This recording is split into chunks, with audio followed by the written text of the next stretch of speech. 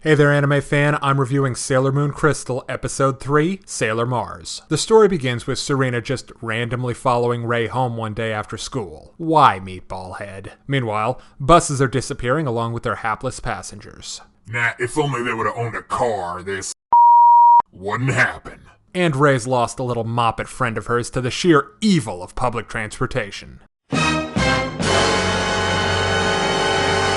The next day, the kid's mom comes seeking Ray's psychic assistance. Rather than calling the police.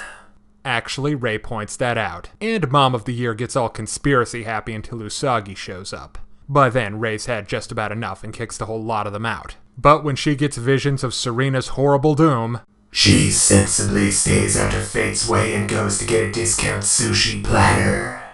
Okay, first off, I've had cheap sushi and I do not recommend it. Second, Ray does the right thing and goes to rescue her new friend, only to get captured by Jedi herself. But not before Usagi hitches a ride to the Dark Kingdom's Doom Fortress, where she's soon joined by Sailor Mercury. But two Senshi are just no match for Jed. That's when Ray transforms into Sailor Mars and turns the tide. And with that, the girls free the hostages and save the day. You know, these things are getting better. But this one still gets off to a rocky start. Now, I only have the original English dub to go off of here, but in that one, the girls were working the streets chasing down rumors of disappearing buses. In Crystal, they just kinda luck into it. And Serena just happened to be hanging around when Ray got snatched. And she just decides to hitch a ride to the Negaverse. I think I liked it better when the girls had to Nancy Drew it out. Now, the star of this episode is, of course, Sailor Mars. And I have to say, what an improvement over the original English dub. In that one, Ray was an anime girl version of Starscream, always whining about how she's not the leader. This Sailor Mars is more quiet and introverted, but not in the same way as Amy. No, she's more cool and aloof, but instead of coming off as standoffish, they make it clear that Sailor Mars' psychic powers make it hard for her to socialize with other people. This probably needs to be elaborated on a little more, but for now, I'll take their word for it.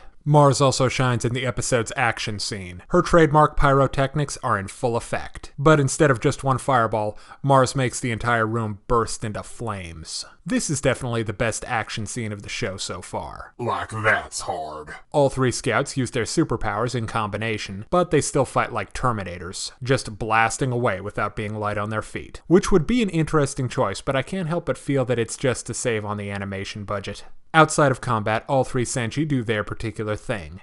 Ray uses her psychic powers, Amy gets to do some high-speed technical stuff, and Serena... Okay, I think I finally get where they're going with her. Whenever something bad happens, Serena's the first one to jump to the rescue. But when she's in the thick of it, she reverts to her whiny, incompetent self. Thanks for all that quality training, Luna. Now, there's clearly a ways to go, but eventually, Sailor Moon will be the hero she's supposed to be. The kind that needs help from a dedicated support staff and animal sidekicks to kill anything bigger than a Karibo. No, wait. Don't forget about her boyfriend. Speaking of, in Crystal they make the sensible decision to make Darien a high school student. So we're making progress on that front. And finally, the tone of Crystal seems to be going more serious than the English dub. Back then, the Yoma were a lot goofier and the slapstick more prevalent. But Crystal seems to be going darker and more intense. We'll see if that ends up being a good thing or not. Okay, now it's time to break down the good and the bad in Sailor Moon Crystal Episode 3. On the good side, Sailor Mars is a lot more likable